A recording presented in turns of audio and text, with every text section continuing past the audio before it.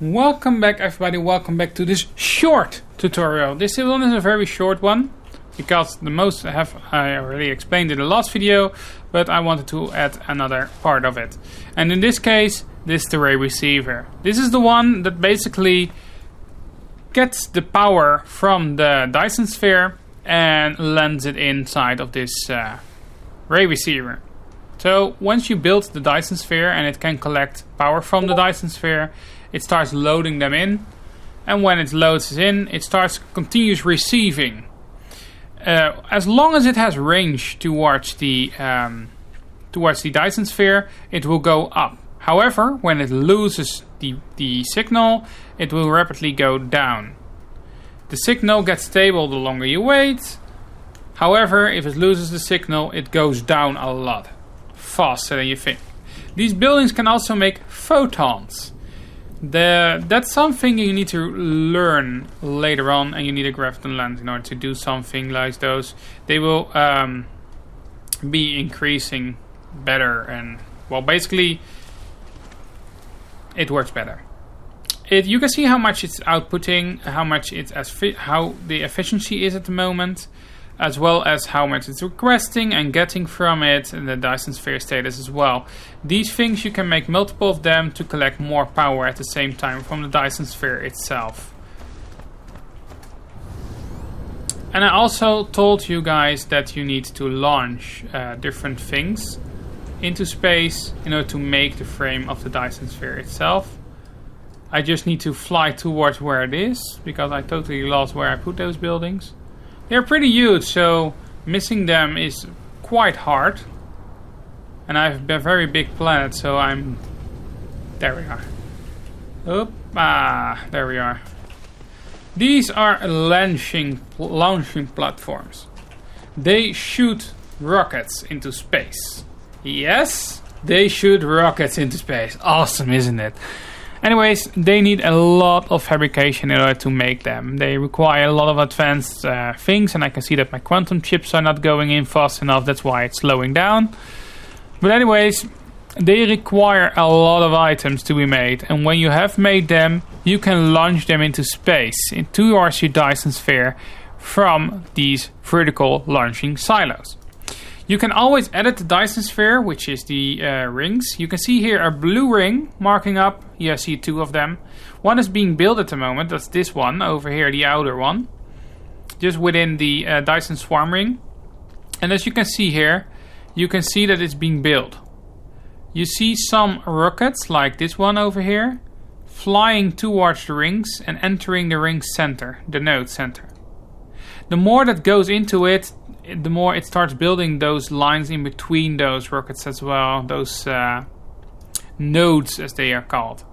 And Dyson Sphere node is generating power.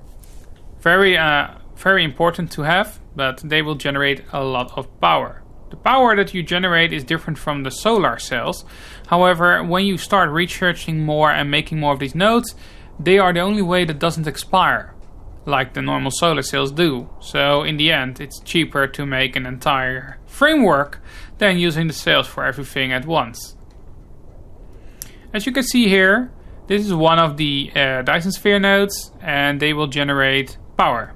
1 megawatt is this one generating, while this one is 15, because it's connected in between with different amounts of lines. The more it's built, the more it will generate, and the more upgrades putting into it, which is basically those ships that are arriving, the more it will do. So that's basically how you build up the sphere. You can always make a new layer and use the bottom part to make new nodes, which is the left button. You can make nodes onto the area, and you need to upgrade the stress system in order to get the second layers from the same ring. So you can make a single ring, and if you want to make more layers, you need to really do upgrading for the stress system. You can draw lines in between those nodes like this, so you can see a bar going down, which also generates a little bit of power and provide it to the node, as far as I can tell.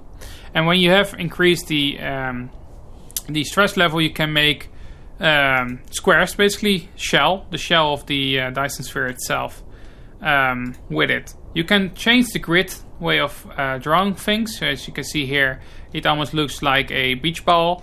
And you can also turn it into the normal grid as well. And that's basically how you draw your rings and design your Dyson Sphere as you want it to. The rockets will launch automatically to one of the slots they want to go to. So, with the exception of the solar sails you shoot with the cannons, the railguns, you can choose which ring to shoot it at. This one will choose the ring automatically. So there's not much to choose from. So that's it for this small episode.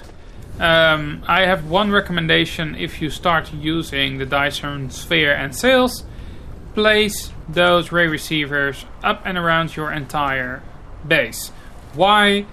When the planet rotates and it becomes dark, they stop working. They cannot reach the signal from the Dyson Sphere, so it's handy to have them in the equator as well, like the cannon, the railguns as well, because your main base is basically being powered by everything. Everything needs space. You can barely spread them out a little bit between the empty spaces you have, and they will at least generate some power during the day. It's better than nothing. That's what I have to say. So thank you all for watching. Next episode we are going to talk about the logistics station, logistic ships, and warping for them. So I see you all in the next one. Good luck!